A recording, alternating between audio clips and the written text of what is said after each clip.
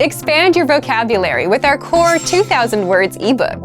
It's free and packed with essential expressions that you'll use on a daily basis. Start building your vocabulary today. Click the link in the description below to download your free English ebook before it's gone. Do you know how to give indirect instructions in English? Hi, my name is Alicia, and this is 3-Step English by EnglishClass101.com. In this lesson, you'll learn how to give indirect instructions in English through a quick conversation. Let's look at the dialogue. As you listen, pay attention to how they ask about the topic and how the other person responds. Okay, everyone, I got us a taxi. Jack, this cab can't take more than 4 people. Okay, let's split up then. I'll also let Tess know to meet us at the next place. Where are we going again? Tell the driver to go to 10,000 lanes. 10,000 lanes? Is he even going to know how to get there? Ask him to take you to Times Square. We can walk from there. Let's focus on the key part of the conversation. Here, the first person is giving this person indirect instructions for the taxi driver. He says, tell the driver to go to 10,000 lanes. This is considered indirect because he is not directly telling the taxi driver what to do. Instead, he is giving his friend instructions on what directions to give the taxi driver. Tell the driver is the instruction to his friend. The phrase that follows this is the instructions for the driver, to go to 10,000 lanes. To go is the infinitive verb that shows what action the driver should take. The second character says, 10,000 lanes. Is he even going to know how to get there? She's not sure that the taxi driver will know how to get to a specific place, so she asks for different instructions to give him. In response, the first character says, ask him to take you to Times Square.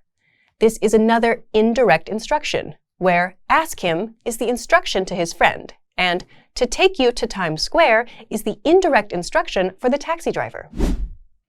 Let's look at the sentence pattern. This pattern is the structure that all of our examples will follow. Verb, object, infinitive verb phrase. This pattern forms an indirect command. We use indirect commands to give instructions indirectly to another person. We form an indirect command by using a verb with an indirect object, followed by an infinitive verb phrase. In our examples, the object is the person who will be getting the instructions. Let's see how a line from the dialogue follows this pattern. Ask him to take you to Times Square.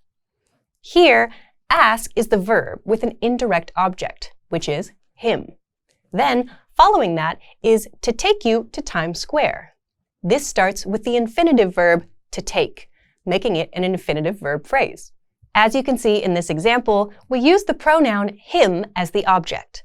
We can do this when the object is already established or if it's obvious from context. If it's not clear what the object is, it might be better to use wording that's more clear. In this case, that would be the driver. Now, let's look at some speaking examples. They asked us to leave the pizza parlor. Can you see how the pattern applies here? Asked is the verb, and us is the object. To leave starts the infinitive verb phrase. Adding they to the beginning of the sentence gives the context that this is actually an indirect instruction from someone that isn't the speaker. Next, did you tell her to go to Times Square? This is asking if someone actually told the object, her, the indirect instruction that they were given. Tell is the verb, and go to Times Square is the infinitive verb phrase. Let's try one more. I'll let Tess know to meet us at 10,000 lanes. Here, let is the verb, Tess is the object, and to meet starts off the infinitive verb phrase. Another one. Ask the waiter to bring more water. Ask is the verb. The waiter is the object that will be asked something, and to bring more water is the infinitive verb phrase that shows what they will be asked. One last example. Get your brother to help you study.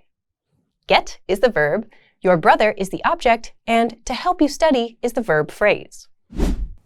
Thank you for watching.